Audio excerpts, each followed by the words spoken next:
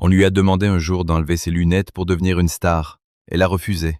Et c'est précisément là que Nana Mouskouri est devenue immortelle. Cette phrase, murmurée dans les coulisses par un producteur américain fasciné, résume peut-être tout, ou peut-être rien. Car derrière le sourire calme de Nana Mouskouri, derrière cette voix qui semble n'appartenir à aucun pays, mais à tous à la fois, se cache une vie faite de ruptures silencieuses, de choix radicaux et de fidélité inattendue. À 91 ans, Nana Mouskouri vit aujourd'hui un bonheur discret aux côtés de son compagnon de toujours. Mais comment cette femme, que certains ont jugée trop classique, trop sage, a-t-elle traversé les tempêtes de l'amour, de la politique et de la musique, sans jamais perdre sa ligne intérieure? Et si le véritable secret de Nana Mouskouri n'était ni dans ses chansons, ni dans sa carrière, mais dans les hommes qu'elle a choisis, ou refusé, d'aimer? Bien avant les scènes prestigieuses, bien avant les tournées mondiales et les honneurs, Nana Mouskouri n'était qu'une jeune étudiante disciplinée, plongée dans l'austérité exigeante du Conservatoire d'Athènes. 9 années de formation classique, 9 années à apprendre la rigueur, la pureté du son, la perfection technique, et pourtant, tout a basculé dans un silence presque humiliant. Quelques semaines avant l'examen final, celui qui devait consacrer son parcours, elle est renvoyée, sans appel, sans seconde chance. La raison? Elle chantait du jazz et de la pop, la nuit, dans des clubs enfumés d'Athènes. Une trahison pour ses professeurs, une faute de goût, presque une hérésie. Mais était-ce vraiment une erreur? Ou le premier acte de liberté d'une artiste qui refusait d'être enfermée? Dans ces clubs où la musique respirait autrement, Nana ne cherchait pas seulement à gagner sa vie. Elle cherchait une voix, la sienne. Et c'est là, dans cette lumière tamisée, qu'elle rencontre celui qui allait devenir son premier grand tournant sentimental, Yorgos Petsilas. Guitariste discret du groupe The Athenians, il n'était ni une star, ni un visionnaire. Mais il était là, présent, constant. On dit qu'il fut le premier homme qu'elle embrassa. Une image presque naïve, presque fragile, loin de l'icône mondiale qu'elle deviendra. Leur relation se construit dans la simplicité, dans une complicité musicale avant tout. Ensemble, ils partagent les débuts incertains, les premiers enregistrements, les premiers succès encore timides. À 25 ans, Nana épouse Yorgos, un mariage qui semble naturel, presque évident. Deux enfants naissent de cette union, Nicolas et Hélène, et avec eux, une promesse de stabilité. Mais derrière cette apparente harmonie, quelque chose déjà se fissure. Car au même moment, la carrière de Nana commence à s'emballer. Une chanson, enregistrée presque sans ambition, traverse les frontières. Weiße Rosen aus Athen. 1 million d'exemplaires vendus. Un succès fulgurant. Et soudain, la jeune femme rejetée du conservatoire devient une voix internationale. Mais que devient un couple lorsque l'un des deux commence à appartenir au monde entier? Peut-on rester simplement épouse quand on devient un symbole? Les tournées s'enchaînent, les langues se multiplient. Nana chante en grec, en français, en allemand, en anglais. Elle devient l'une des artistes les plus polyglottes de son époque. Pourtant, plus sa voix voyage, plus sa vie personnelle semble se figer dans une distance silencieuse. Le mariage avec Yorgos, autrefois refuge, devient peu à peu une structure trop étroite. Non pas à cause d'un scandale, ni d'une trahison visible, mais à cause d'un décalage invisible, presque impossible à nommer. En 1973, la rupture est prononcée. Sans drame public, sans déclaration fracassante, une séparation presque digne, presque froide. Mais est-ce vraiment la fin d'une histoire? Ou simplement le début d'une autre, plus complexe, plus secrète, déjà en train de naître dans l'ombre? Après la rupture avec Yorgos Petsilas, beaucoup imaginaient que Nana Mouskouri allait se reconstruire rapidement, peut-être même retomber dans une histoire passionnée, visible, médiatisée. Mais ce qui s'est produit fut tout l'inverse. Elle s'est refermée, lentement, délibérément. Issue d'une éducation profondément marquée par les valeurs de l'Église orthodoxe grecque, Nana considérait le mariage non comme une simple étape, mais comme un engagement sacré. Le divorce, déjà vécu, la laisse dans une forme de retenue intérieure. Elle ne veut plus recommencer. Pas de scandale, pas de nouvelle union officielle, pas de bouleversement supplémentaire pour ses enfants. Et pourtant, quelqu'un est déjà là. Dans les coulisses de sa carrière, dans les studios, Dans les décisions artistiques les plus importantes, une présence silencieuse s'impose peu à peu. André Chapelle. Producteur, conseiller, homme de l'ombre, mais surtout une constante. Contrairement à Yorgos, André ne cherche pas à partager la lumière, il la façonne. Ce qui intrigue, c'est la nature de leur relation. Elle ne ressemble à rien de ce que le public attend. Pas de déclaration, pas de mariage, pas même une reconnaissance claire pendant des années. André reste là, à côté d'elle, sans jamais s'imposer. Pourquoi attendre? Pourquoi refuser de donner un nom à cette relation? Certains y voyaient une stratégie, d'autres, une peur. Mais la vérité semble plus subtile. Nana ne voulait pas introduire un autre homme dans sa famille. Une phrase simple, presque anodine, mais qui révèle une tension profonde entre sa vie de femme et sa vie d'artiste. Pendant ce temps, sa carrière atteint des sommets inattendus. Sa collaboration avec Michel Legrand ouvre une nouvelle dimension musicale. Les mélodies deviennent plus cinématographiques, plus émotionnelles. Le thème des parapluies de Cherbourg résonne comme une empreinte durable dans son répertoire.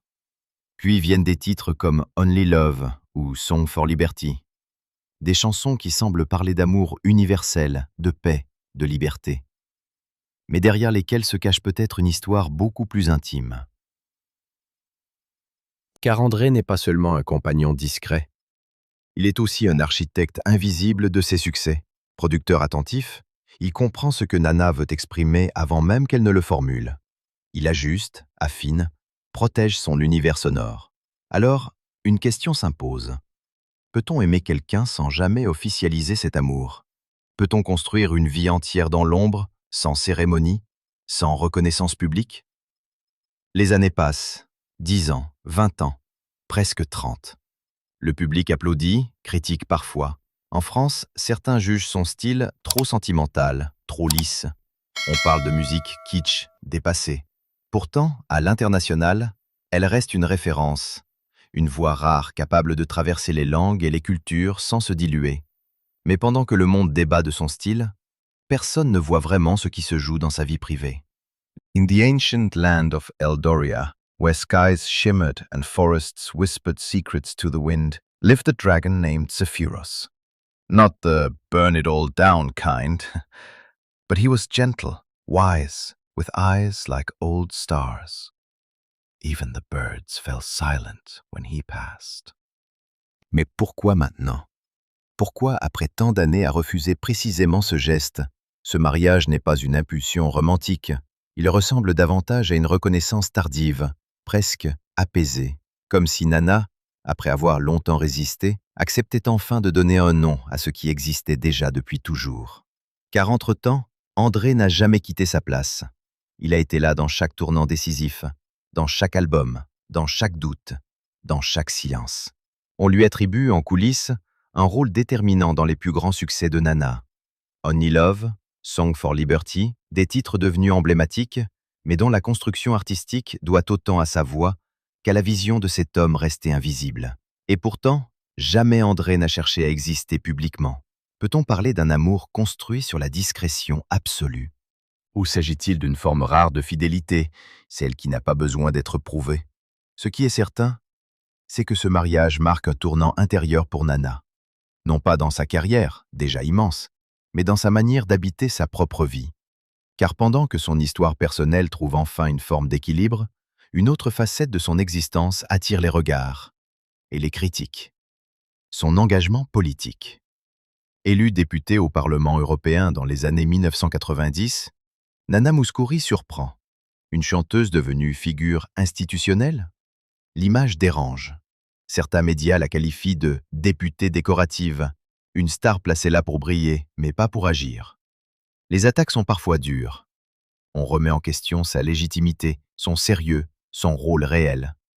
Et pourtant, lors de la crise économique en Grèce, alors que le pays traverse l'une des périodes les plus sombres de son histoire récente, Nana prend une décision radicale. Elle renonce volontairement à l'intégralité de sa pension d'eurodéputée pour aider son pays à faire face à la dette. Un geste silencieux, sans mise en scène. Mais ce geste suffit-il à faire taire les critiques? Ou révèle-t-il simplement une autre facette d'une femme que le public n'a jamais vraiment comprise? Entre les accusations de superficialité politique et la réalité de ses actes, Nana continue d'avancer, fidèle à elle-même. Et pendant que certains débattent encore de sa légitimité, une autre reconnaissance, bien plus tardive, se prépare. Une reconnaissance qui ne concerne plus seulement sa carrière, mais tout ce qu'elle a incarné.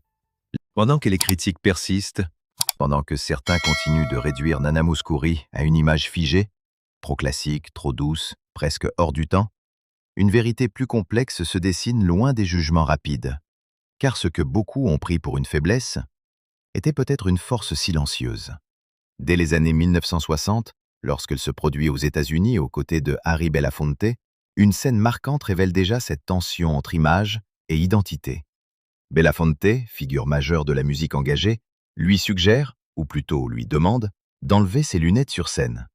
Un détail en apparence, un simple conseil esthétique. Mais Nana refuse.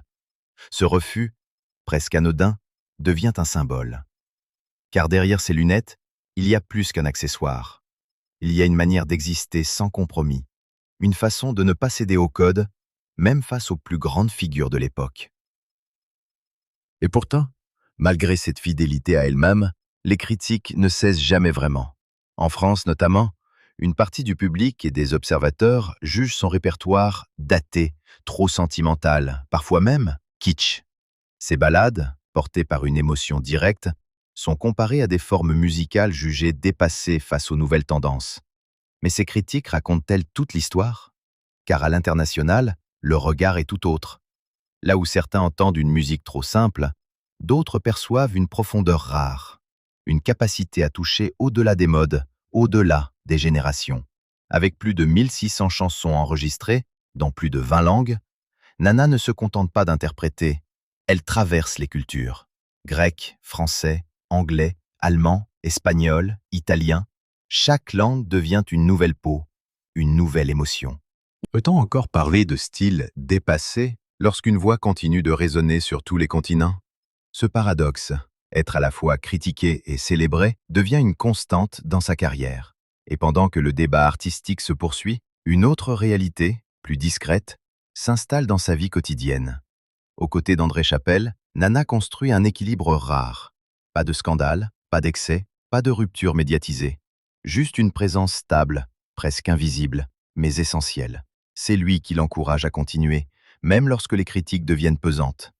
C'est lui qui l'aide à préserver ce lien intime avec la musique, loin des attentes du public. Elle l'a reconnu plus tard. Sans André, elle aurait peut-être arrêté. Mais alors, une question persiste. Comment une artiste aussi universelle, aussi constante, a-t-elle pu rester si profondément incomprise dans certains pays où elle était pourtant omniprésente? Et surtout, pourquoi cette reconnaissance semble-t-elle toujours arriver trop tard, comme si le monde mettait des décennies à rattraper ce qu'elle avait déjà accompli? Peut-être que la réponse ne se trouve pas dans les critiques, mais dans ce moment précis où, après plus de 60 ans de carrière, le regard du public va enfin changer. Il y a des carrières que l'on célèbre immédiatement et d'autres que l'on comprend trop tard. Celle de Nana Mouskouri appartient clairement à la seconde catégorie, car pendant des décennies, elle a avancé sans jamais chercher à corriger l'image que l'on projetait sur elle. Pro-sage pour certains, pro-classique pour d'autres, elle n'a ni répondu, ni provoqué. Elle a continué. Mais peut-on vraiment ignorer une trajectoire aussi singulière? Plus de 300 millions de disques vendus, environ 450 albums enregistrés, une voix capable de naviguer entre le grec, le français, l'anglais, l'allemand, l'espagnol, le japonais, le portugais, jusqu'à des langues que peu d'artistes osent approcher. Une présence scénique qui, sans jamais être spectaculaire, impose une forme de vérité presque désarmante. Ce qui frappe, ce n'est pas seulement l'ampleur de son œuvre, c'est sa constance. Dans un monde musical dominé par les ruptures, les métamorphoses et les effets de mode, Nana a choisi une autre voie, celle de la fidélité. Fidélité à sa voix, fidélité à son esthétique, fidélité à ce qu'elle considère comme essentiel. Mais cette fidélité a un prix. Elle l'isole parfois. Elle la place en décalage avec son époque. Elle nourrit les critiques. Et pourtant, avec le recul, cette même constance devient une signature. Car là où d'autres artistes ont dû se réinventer pour survivre, Nana, elle, n'a jamais eu besoin de changer pour exister. Elle a laissé le temps faire son œuvre. Et le temps finit toujours par révéler ce que l'instant ne comprend pas. En février 2026, à la scène musicale, lors de la 41e édition des Victoires de la musique, quelque chose bascule. Pas une surprise, pas un scandale, mais une reconnaissance. Une reconnaissance attendue, presque inévitable. Après avoir honoré des figures emblématiques comme Sylvie Vartan ou Eddie Mitchell, l'institution française choisit de rendre hommage à Nana Mouskouri. Non pas pour un succès récent, non pas pour un retour médiatique, mais pour l'ensemble de son œuvre. Une victoire d'honneur. Les mots utilisés pour justifier cette distinction sont révélateurs. Une carrière de plus de 60 ans, une œuvre qui traverse les cultures, un engagement constant pour la paix, la liberté, l'humanisme. Mais derrière ces formules officielles, une autre lecture apparaît, comme si, enfin, une partie du monde culturel acceptait de reconnaître ce qu'elle avait longtemps minimisé, comme si cette voix, jugée trop douce, trop discrète, trop intemporelle, avait finalement gagné. Mais Nana, fidèle à elle-même, ne transforme pas cet hommage en triomphe personnel. Elle reste dans cette retenue qui la caractérise depuis toujours. Car au fond, avait-elle vraiment besoin de cette reconnaissance pour exister? Ou bien cette distinction en dit-elle davantage sur ceux qui la lui décernent que sur elle-même? in the ancient land of Eldoria, where skies shimmered and forests whispered secrets to the wind, lived a dragon named Zephyros. Not the burn-it-all-down kind, but he was gentle, wise, with eyes like old stars. Even the birds fell silent when he passed. Aux côtés d'André Chapelle, l'homme qui l'a accompagné pendant plus de 3 décennies, avant même de devenir officiellement son époux, elle vit une forme de bonheur presque silencieux. Un bonheur qui ne cherche ni validation, ni mise en scène. 23 ans de mariage, 30 ans de vie commune avant cela. Une durée qui défie les récits habituels, souvent faits de ruptures rapides et de passions bruyantes. Mais ce qui frappe le plus, ce n'est pas la longévité de cette relation, c'est sa nature. Car André n'a jamais été une figure publique. Il n'a jamais cherché à exister à travers elle. Il est resté en retrait, dans une position presque invisible, mais pourtant essentielle. Comme une colonne discrète soutenant un édifice que le monde entier admirait, sans jamais en voir les fondations. Et c'est peut-être là que se cache l'un des secrets les plus profonds de Nana. Pas dans ses succès, pas dans ses engagements. In the ancient land of Eldoria, where skies shimmered and forests whispered secrets to the wind, lived a dragon named Zephyros. Not the burn-it-all-down kind, but he was gentle, wise, with eyes like old stars. Even the birds fell silent when he passed. Elle agit. Alors pourquoi cette femme, capable d'une telle constance, d'une telle fidélité à elle-même, a-t-elle si souvent été mal jugée? Peut-être parce qu'elle ne correspondait à aucun récit simple, ni diva scandaleuse, ni artiste rebelle, ni figure tragique. Juste une femme qui a tenu. Et dans un monde où tout change vite, où les histoires se brûlent aussi vite qu'elles naissent, tenir devient presque une anomalie. Aujourd'hui, alors que son nom est enfin célébré comme une évidence, une autre question demeure, plus troublante encore.